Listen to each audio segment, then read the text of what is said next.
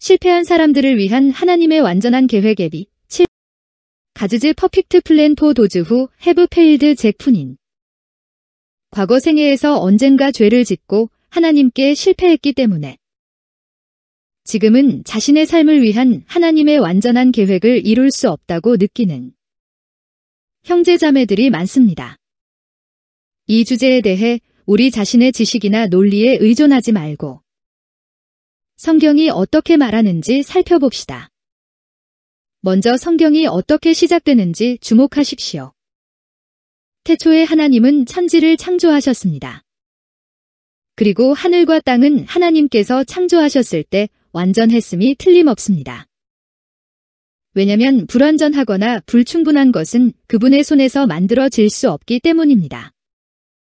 그러나 그분이 창조하신 천사 중 일부는 타락했으며 이것은 이사야 14, 11에서 15절과 에스겔 28, 13에서 18절에 묘사되어 있습니다. 그때 땅은 창일, 2절에 이 형태가 없고 공허하고 어둡다로 묘사된 상태에 들어갔습니다. 창세기 1, 장의 나머지 부분은 하나님께서 그 형태가 없고 공허하고 어두운 것에서 그것을 아주 아름답게 만드셨기 때문에 하나님은 스스로 그것을 매우 좋다고 선언하셨습니다. 창일 31. 창일 2, 3절에서 하나님의 영이 수면 위로, 즉 땅 위로 운행하셨고 또 하나님이 말씀하시니 이런 놀라운 차이를 만든 것입니다. 즉 땅이 혼돈하고 공허하며 흑암이 깊음 위에 있고 했던 곳이 하나님이 보시기에 좋았더라고 변화된 것입니다. 이 사실이 오늘날 우리에게 주는 메시지는 무엇입니까? 우리가 아무리 실패했거나 내 스스로 내 삶을 아무리 엉망으로 만들었더라도 하나님은 여전히 그런 실패한 우리 과거의 삶에서부터 영광스러운 결과를 만들어 내실 수 있다는 것입니다. 하나님은 천지를 창조하실 때 완전한 계획을 가지고 계셨습니다. 그러나 이 계획은 일부 천사들의 타락으로 인해 잠시 중단되는 듯 했습니다. 그러나 하나님은 하늘과 땅을 다시 만드시고 여전히 그것으로 아주 좋고 완전한 것을 만드셨습니다. 이제 다음에 무슨 일이 일어났는지 생각해 보십시오. 하나님은 아담과 하와를 만드시고 다시 시작하셨습니다. 하나님은 그들에게도 완전한 계획을 가지고 계셨을 것입니다. 그렇지만 분명히 그들이 선악과를 따 먹는 것을 포함하진 않았습니다. 그러나 그들은 금지된 나무 열매를 먹었고 그들을 위한 하나님의 원래 완전한 계획을 좌절시켰습니다. 하나님의 계획이 실패로 돌아가는 것처럼 보였습니다. 이제 논리적으로는 그들이 더 이상 하나님의 완전한 계획을 성취할 수 없게 된 것입니다. 그러나 하나님께서 동산에서 그들을 만나러 오셨을 때 너희는 이제 남은 생애 동안 나의 차선의 계획 세컨드 베스트 플랜으로 살아야 할 것이라고 말씀하지 않으셨습니다. 퍼스트는 실패했으니까. 아닙니다. 그분은 창세기 3, 15절에서 여자의 씨가 뱀의 머리를 상하게 할 것이라고 약속하셨습니다. 그것은 그리스도께서 세상의 죄를 위해 죽으시고 갈보리에서 사탄을 이기시겠다는 약속이었습니다. 이제 이 사실을 깊이 생각해 보시고 추론해 보십시오. 우리는 그리스도의 죽음이 영원한 하나님의 완전한 계획의 일부임을 압니다. 어린 양은 창세로부터 죽임을 당하셨습니다. 계 13, 8. 그러나 우리는 아담과 하와가 죄를 지었고 하나님의 계획을 실패하게 만들었기 때문에 그리스도께서 죽으셨다는 것도 알고 있습니다. 따라서 논리적으로 따지면 아담의 실패에도 불구하고 가 아니라 아담의 실패 때문에 세상의 죄를 위해 그리스도를 죽도록 보내신 하나님의 완전한 계획이 성취되었다고 말할 수 있습니다. 우리는 아담의 죄가 아니었다면 갈보리의 십자가에 나타난 하나님의 사랑을 알지 못했을 것입니다. 이것은 논리적이지 않습니다. 그러므로 성경이 말씀하듯이 우리는 자기 명철을 의지하지 말아야 합니다. 잠 3호. 논리적으로 말한다면 그리스도께서 세상에 오신 것은 하나님의 두 번째 좋은 계획이라고 말해야 할 것입니다. 아담의 실패로 오셨으니까. 그러나 그렇게 말하는 것은 신성모독입니다. 그것은 인간을 위한 하나님의 완전한 첫 번째 계획의 일부였습니다. 하나님은 실수하지 않으십니다. 그러나 하나님은 전능하시고 주권자이시고 처음부터 끝을 아시고 항상 사랑으로 우리를 위해 조용히 계획하셨기 때문에 하나님이 우리에게 행하신 것, 구원 역사를 설명하려고 할 때 인간의 이성적 추론으로는 실패합니다. 하나님의 길은 우리의 길과 다르며 그분의 생각은 우리의 생각과 다릅니다. 그 둘의 차이는 마치 하늘과 땅의 거리만큼이나 엄청 멉니다. 그러므로 우리가 하나님의 길을 이해하려고 할 때 우리의 현명한 추론과 논리를 곁으로 제쳐두는 것이 좋습니다. 그렇다면 하나님께서 성경의 첫 페이지 창 한 장에서 우리에게 전달하려는 메시지는 무엇입니까?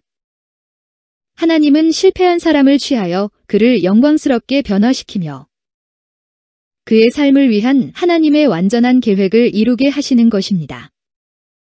이것이 성경에 나타난 인간에 대한 하나님의 메시지이며 우리는 결코 이 사실을 잊지 말아야 합니다.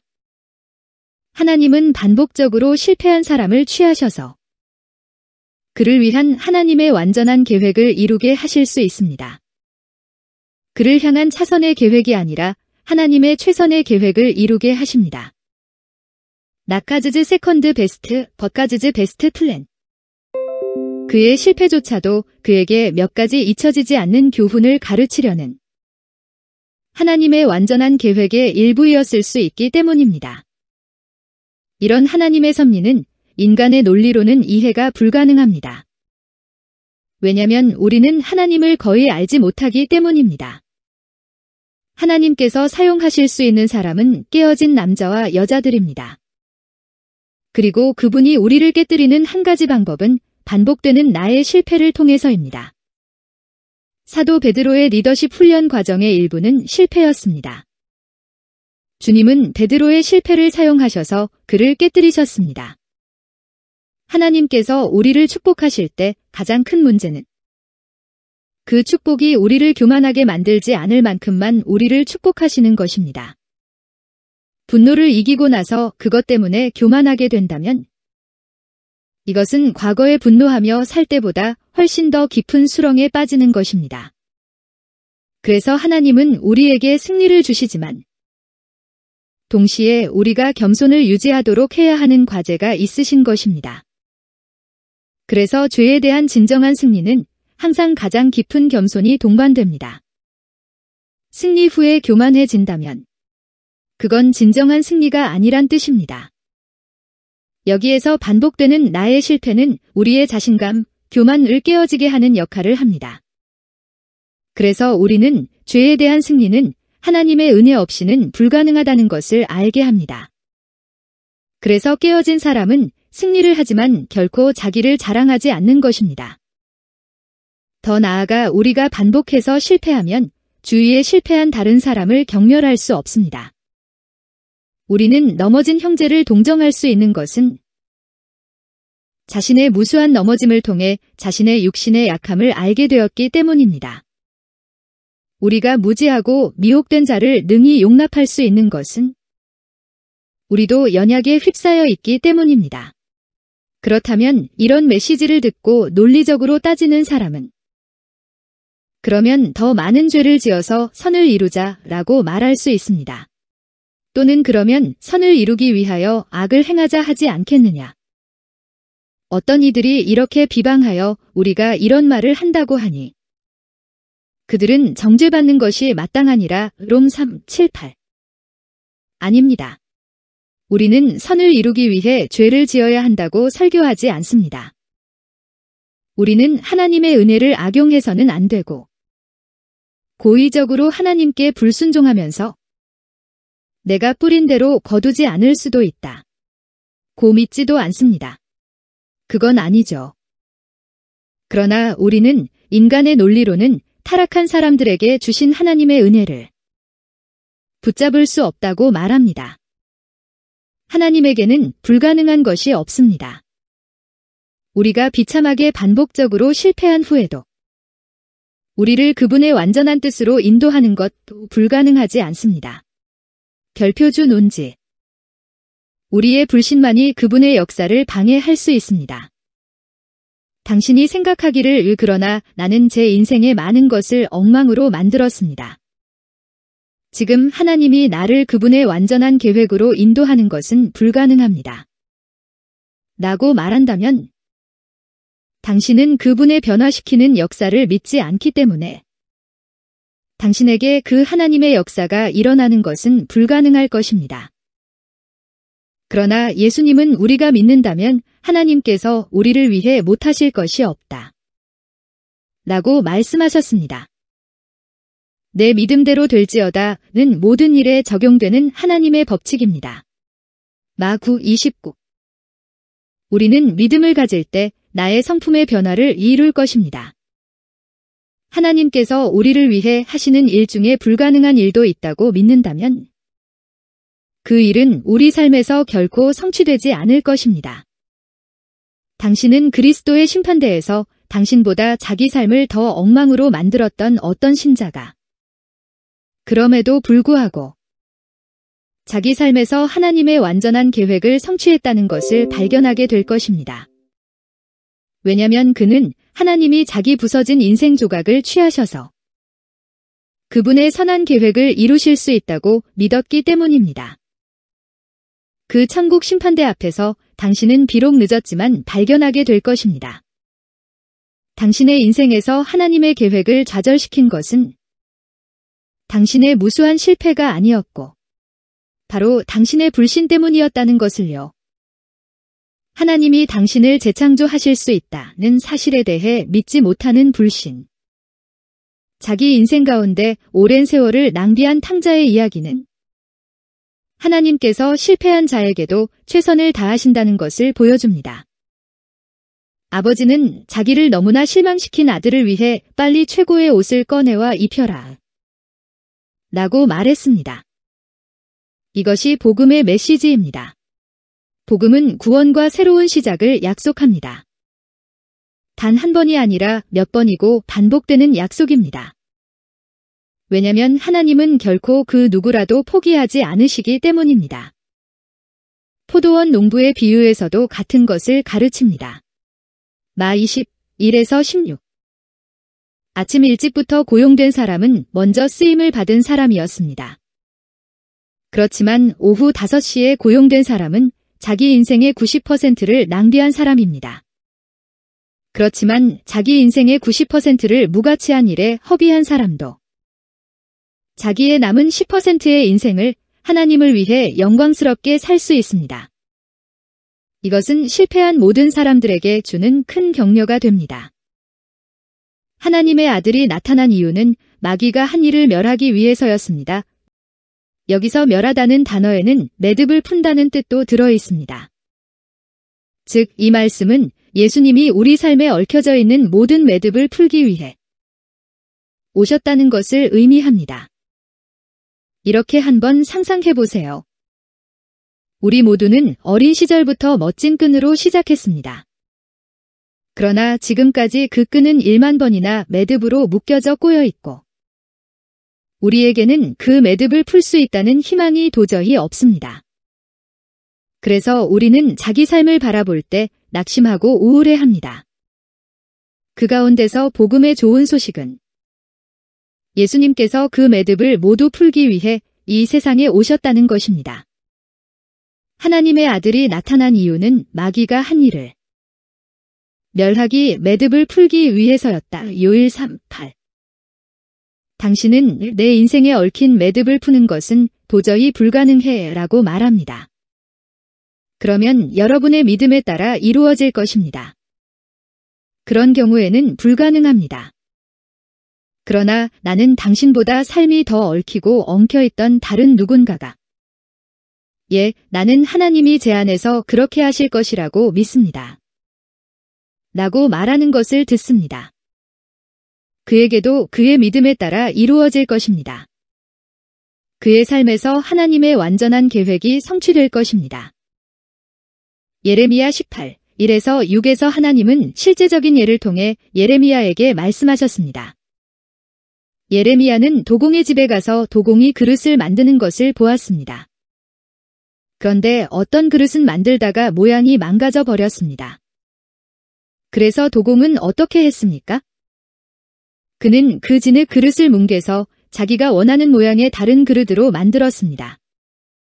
그런 다음에 하나님이 말씀하셨습니다. 이 도공이 하는 것처럼 내가 내게 하지 못하겠느냐? 6. 여기에 당신의 이름을 집어넣고 읽어보십시오. 이 도공이 하는 것처럼 내 보호에게 하지 못하겠느냐?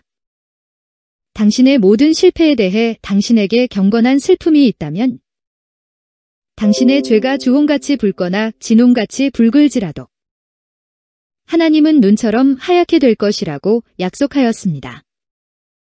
뿐만 아니라 하나님은 새 언약 아래 더 많은 것을 약속하셨습니다. 내가 더 이상 너희 죄를 기억하지도 아니하리라. 당신의 실수나 실패가 무엇이든 간에 당신은 하나님과 함께 새롭게 시작할 수 있습니다. 그리고 과거에 1000번의 새로운 시작을 했지만 반복해서 실패한 경우에도 오늘 당신은 1001번째의 새로운 시작을 할 수 있습니다. 하나님은 여전히 당신의 삶을 영광스러운 삶으로 만드실 수 있습니다. 당신이 살아있는 동안에는 희망이 있습니다. While there is life, there is hope. 그러므로 결코 하나님을 신뢰하는 일을 버리지 마십시오. 그분은 자기 자녀들을 위해 많은 능력을 행하실 수 없었던 것은 그 자녀들이 과거에 실패했기 때문이 아니라 그 자녀들이 지금 그분을 신뢰하지 않기 때문입니다. 인더 패스트가 문제가 아니가 나우가 문제인 것입니다. 믿음으로 견고하여져서 하나님께 영광을 돌립시다. 지금까지 살아오면서 그건 불가능할 거야 라고 생각했던 모든 것들에 대해 앞으로 미래에는 하나님을 신뢰하십시오. 롬 4시 20분절을 암송하면서요. 나이를 불문하고 모든 사람들은 과거에 아무리 실패했더라도 희망을 가질 수 있습니다. 자기 실패를 인정, 회개하고 겸손히 하나님을 신뢰한다면요. 그렇게 함으로써 우리는 모두 과거의 실패로부터 교훈과 겸손을 배우고 앞으로 장래의 우리 삶을 위한 하나님의 완전한 계획을 성취할 수 있습니다. 차선의 계획이 결코 아닙니다. 그리고 앞으로 다가올 모든 시대에 하나님은 우리를 그 예로서 증거로서 사용하실 것입니다. 과거의 삶이 완전히 실패한 사람도 하나님이 이렇게 변화시켜 주셔서 하나님의 일에 사용했고 그분의 완전한 뜻을 그를 통해 성취하셨다고요. 즉 아래 말씀이 내 삶을 통해 성취되었음을 오는 세대의 여러 사람들에게 증거로 나타내 보여주실 것입니다. 이는 그리스도 예수 안에서 우리에게 자비하심으로써 그 은혜의 지극히 풍성함을 오는 여러 세대에 나타내려 하심이라. 예비 7.